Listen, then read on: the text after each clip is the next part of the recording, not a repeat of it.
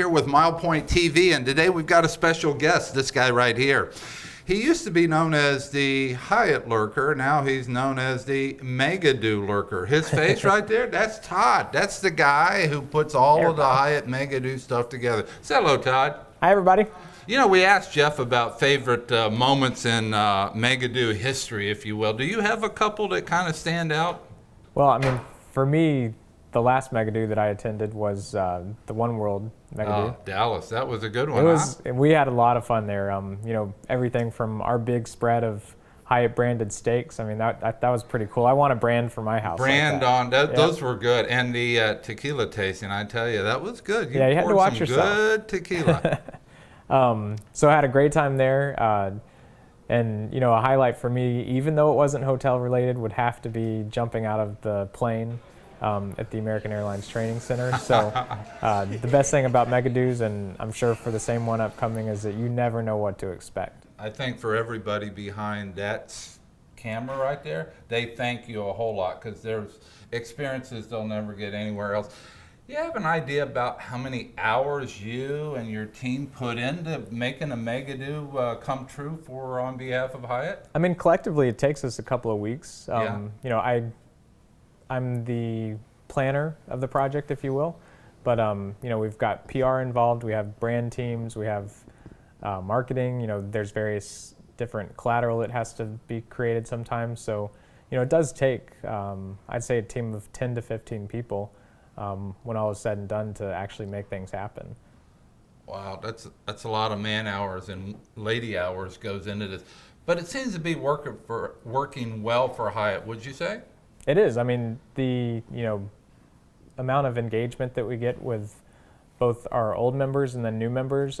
Take, for instance, between the first MegaDO that we participated in and the second one, we had 88 active members that we had prior, but then it increased to 229 active members. Wow. Out of that, we then had a huge growth in both stays, revenue, et cetera. So, you know, Hyatt does benefit, but at the same time, we're always looking for ways that during these events that we can, you know, provide engaging and interesting ways for the attendees to benefit and have a great time as well.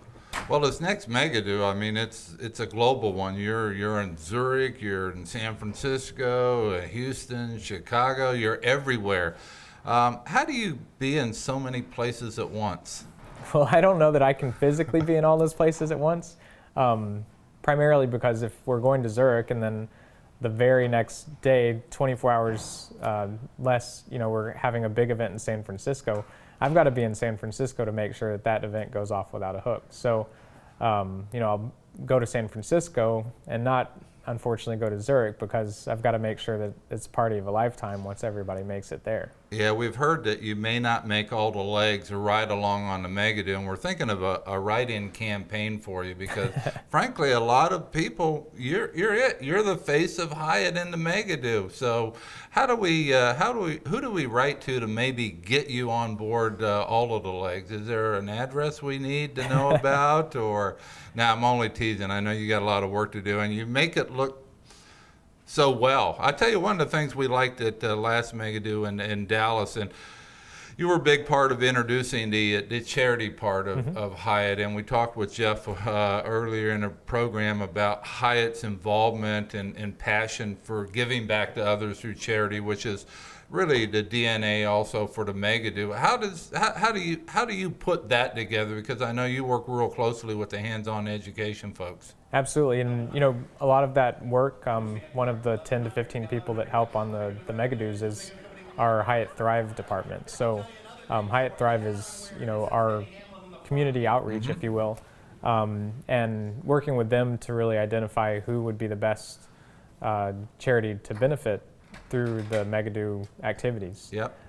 So working with them, you know, we landed on hands-on education, but we want that to continue as our particular MegaDO charity. We don't want to continue changing it because, you know, they align really well with everything that they do within the hotels that the attendees are visiting, and you know, they can really see the impact of the disadvantaged or disabled, et cetera, Yeah. members of our staff that then get to have jobs because of the efforts that Hyatt puts into training them and making sure that they can, do a Yeah. full-time job, even with the abilities that they are disadvantaged with. That's it.